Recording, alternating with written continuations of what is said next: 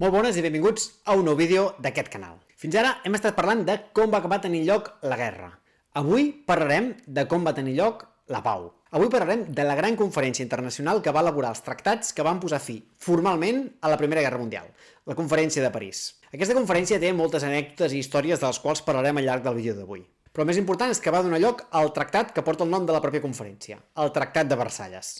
El tractat per al qual Alemanya assumia plenament la responsabilitat del conflicte, feia enormes cessions territorials i, a més, es veia obligada a pagar enormes compensacions econòmiques. Tot plegat envoltat d'una enorme humiliació deliberada contra els representants alemanys que sembraria una vegada més la llavor de la discòrdia al continent europeu. Avui parlem a la vegada del final de la Primera Guerra Mundial i, en certa manera, de l'inici de la Segona.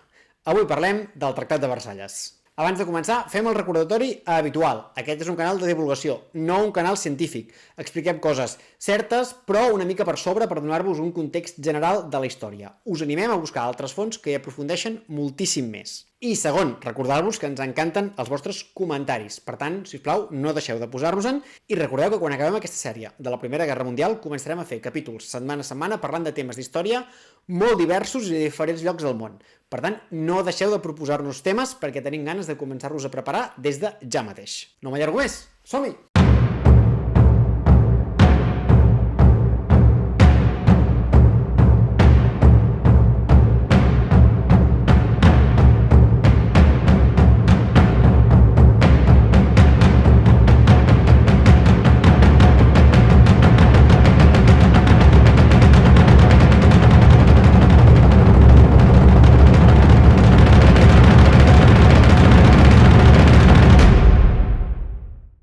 Com vàrem explicar en el darrer vídeo, les hostilitats de la Primera Guerra Mundial acaben formalment el novembre de 1918. Però allò era només un alto el foc. Faltava formalitzar el final de la guerra amb tota una sèrie de tractats de pau. Per tal de discutir aquests tractats es convoca una de les principals conferències internacionals que s'havien fet mai a la història, la Conferència de París, la capital francesa que durant uns mesos es va convertir realment en la capital del món. La primera cosa a destacar és que els derrotats de la guerra, les potències centrals, ni tan sols van ser convocats a la conferència, per la qual cosa es van discutir els tractats que després havien de signar sense la seva presència. I va ser una conferència llarga, va durar mesos i a més d'un abast internacional insòlit per l'època. I van acabar formant part més de 30 països d'una manera o d'una altra. Tot i que el cert és que qui tallava el bacallà realment eren 4 senyors que representaven a les 4 principals potències aliades. Anem a conèixer-los en profunditat perquè avui seran els nostres principals protagonistes. En primer lloc, un vell conegut, Woodrow Wilson. N'hem parlat en vídeos anteriors. Arriba a Europa juntament amb la seva dona, Edith Wilson, una dona que, per cert, deia ser descendent de la princesa Pocahontas, un personatge conegut per les pel·lis de Disney, però que, si bé és cert que va existir de veritat, almenys jo crec que està poc contrastat que realment fos la seva avantpassada. Però en tot cas, ella ho deia i, per tant, com a mínim, queda dit. La visita d'un president nord-americà a Europa avui en dia pot semblar una simple anècdota, però el 1919 no ho era en absolut. Era la primera vegada que un president nord-americà creuava l'Atlàntic per tal de visitar el continent europeu. I el cert és que va ser una visita llarga, s'hi va estar 6 mesos.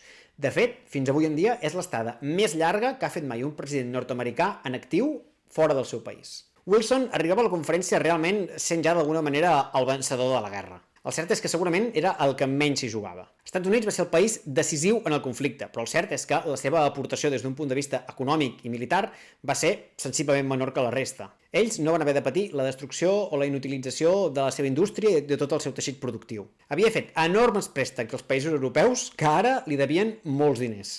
S'havia convertit en la primera superpotència mundial i havia agafat un enorme avantatge respecte a la resta. El món que s'anava a construir a partir d'aquell moment tenia els Estats Units de manera indubtable com un dels seus principals protagonistes. Arriba a la conferència també amb un llistat de 14 punts en els quals intenta proposar les bases del que ha de ser una pau perduradora, per intentar evitar que un conflicte similar es torni a repetir. Aquests 14 punts parteixen de principis com l'autodeterminació, el lliure comerç, el final dels pactes secrets i, per tant, la promoció de la diplomàcia pública o l'establiment de grans entitats supranacionals que arbitrin els conflictes entre diferents països. En segon lloc tenim Sir David Lloyd George, primer ministre del Regne Unit des de 1916. Un polític liberal que arriba a la conferència amb la principal finalitat de mantenir i ampliar l'imperi britànic. El Regne Unit era en aquell moment l'imperi colonial més important del món. De fet, havia entrat al conflicte en part per seguir-ho sent i aspirava a aprofitar aquesta conferència de pau per tal d'apoderar-se de tots aquells territoris colonials, sobretot els alemanys, que havia cobejat en el passat i fins a aquell moment no havia pogut aconseguir. El nostre tercer home és Vittoriano Emanuele Orlando, president del Consell de Ministres d'Itàlia. Com sabem, Itàlia havia entrat al conflicte tard i canviant de bàndol, perquè l'havia començat com a teòric aliat d'Alemanya i l'imperi austrohongarès. A més, també vam veure que la seva aportació al conflicte tampoc va ser especialment decisiu des del punt de vista de l'èxit militar del seu exèrcit. En tot cas, la principal finalitat d'Itàlia era l'ampliació de les seves fronteres. Havia posat l'ull, sobretot, amb molts dels territoris de l'imperi austrohongarès, a la zona dels Alps i també a la zona dels Balcans. Aquesta havia estat, de fet, una de les promeses que li havien fet els francesos i els britànics per canviar de bàndol l'any 1915. I ara arribava a la conferència amb la voluntat de cobrar els deutes pendents. I deixem pel final el quart home, un personatge poc conegut pel públic general, però que el cert és que va tenir un paper absolutament rellevant. El nostre anfitrió, Georges Benjamin Clemenceau. Clemenceau era el primer ministre de França, un polític veterà de més de 70 anys que tenia una llarga carrera política a les seves esquenes. És important dir de Clemenceau que l'any 1870 era alcalde del districte parisenc de Montmartre.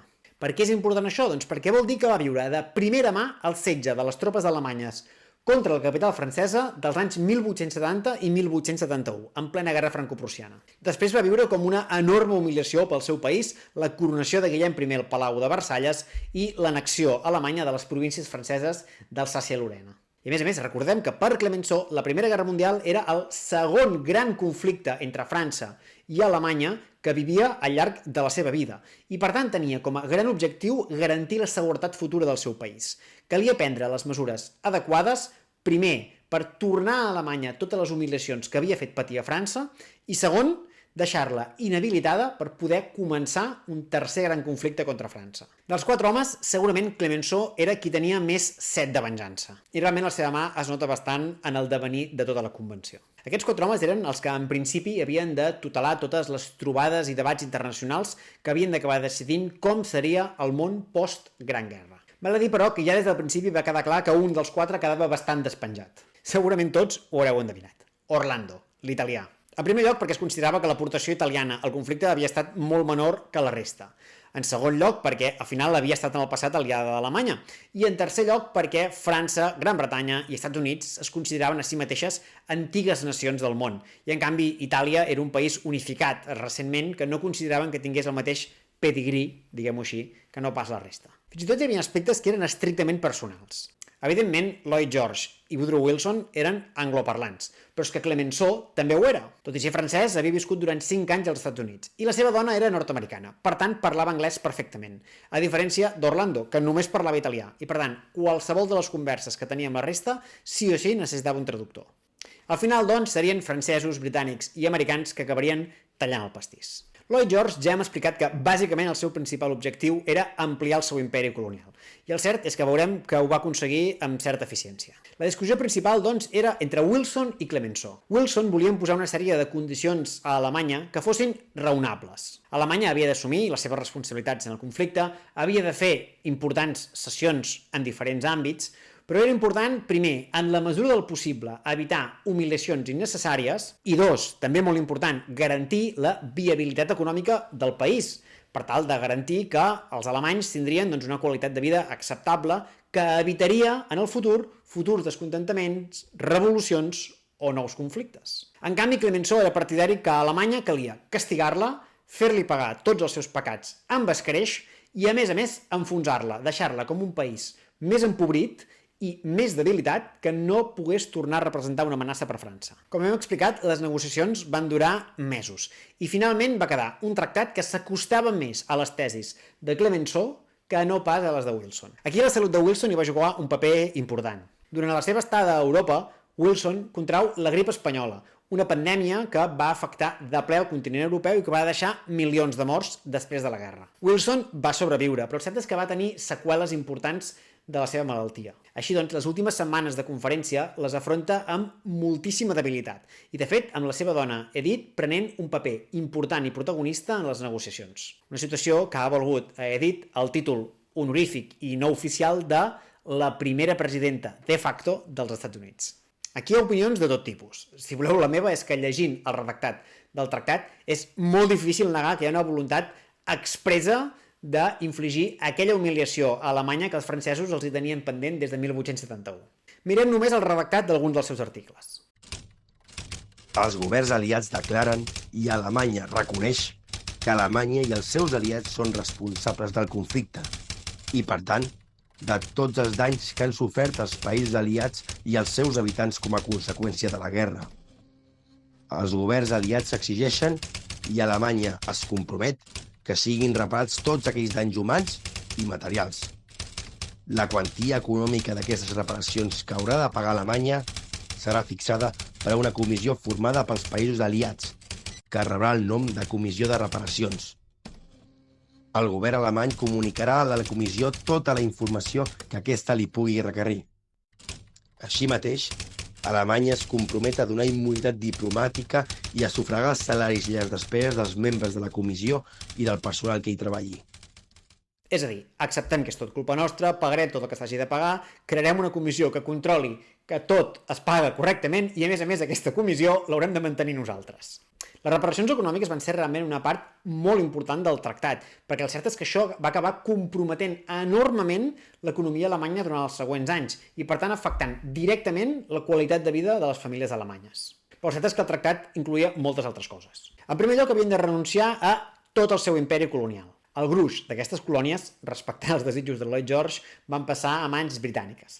Ja vam explicar al vídeo del repartiment d'Àfrica que li tenien especials ganes a la colònia de Tanganyika, que els hi permetia fer un gran corredor que unís Ciutat del Cap a Sud-àfrica amb el Caire a Egipte, sense sortir de territoris britànics. També van rascar alguna cosa a França, que es va quedar amb Camerun, i fins i tot al Japó, que es va quedar amb una part de les seves possessions en els ports xinesos. Però les cessions territorials més doloroses van ser les europees. En primer lloc, Alsàcia i Lorena tornen a sobirania francesa. Part dels comtats de Schleswig-Holstein tornen a Dinamarca. Però la cessió territorial que amb diferència més mal va fer als alemanys va ser la del conegut com a Corredor de Danzig, una regió històrica de Prússia que van haver de cedir a Polònia per tal de donar-los una sortida al mar i que, a més, dividia territorialment el país en dues parts separades. A més, d'altres limitacions molt importants, com és, per exemple, la limitació de l'exèrcit alemany, que quedava limitat a només 100.000 homes.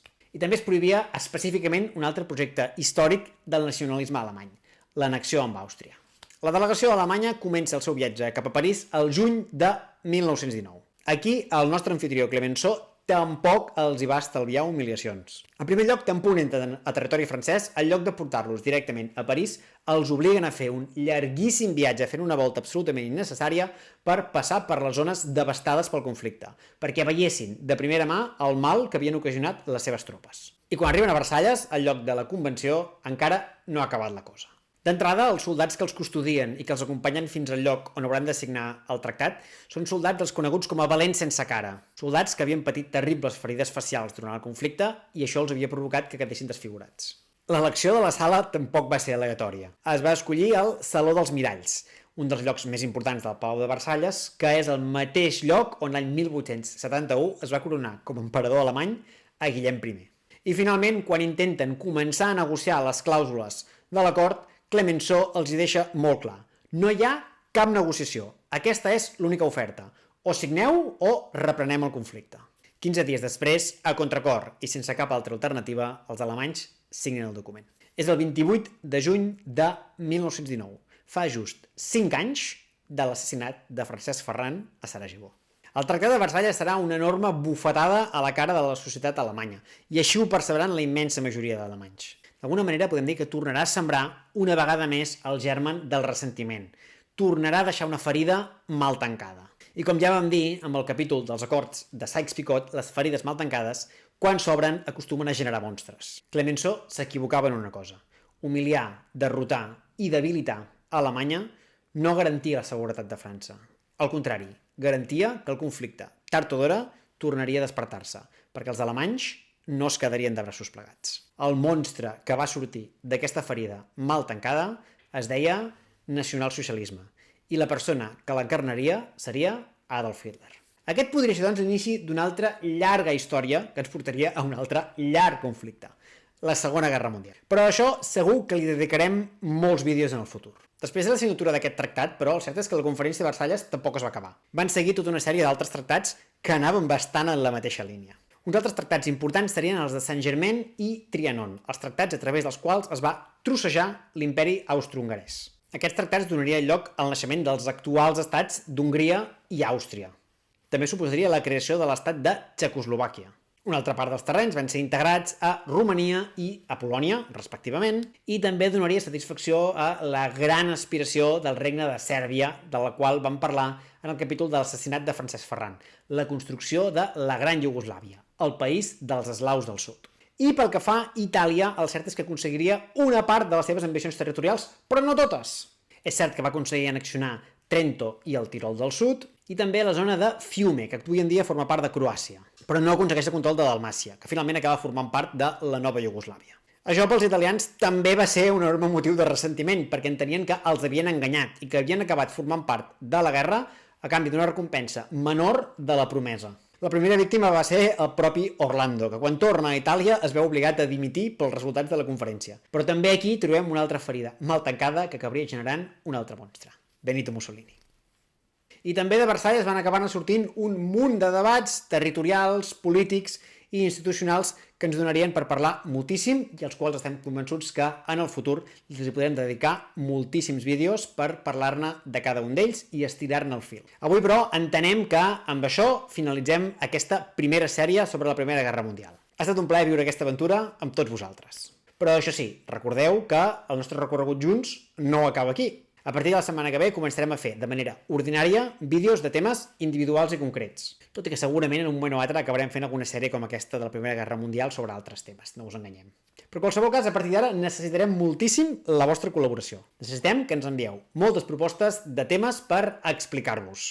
La nostra finalitat principal és fer allò que hem estat fent fins ara, descobrir junts la nostra història i passar una bona estona plegats. Esperem que us hagi agradat i, insisteixo, ens veiem molt aviat. Fins a la propera!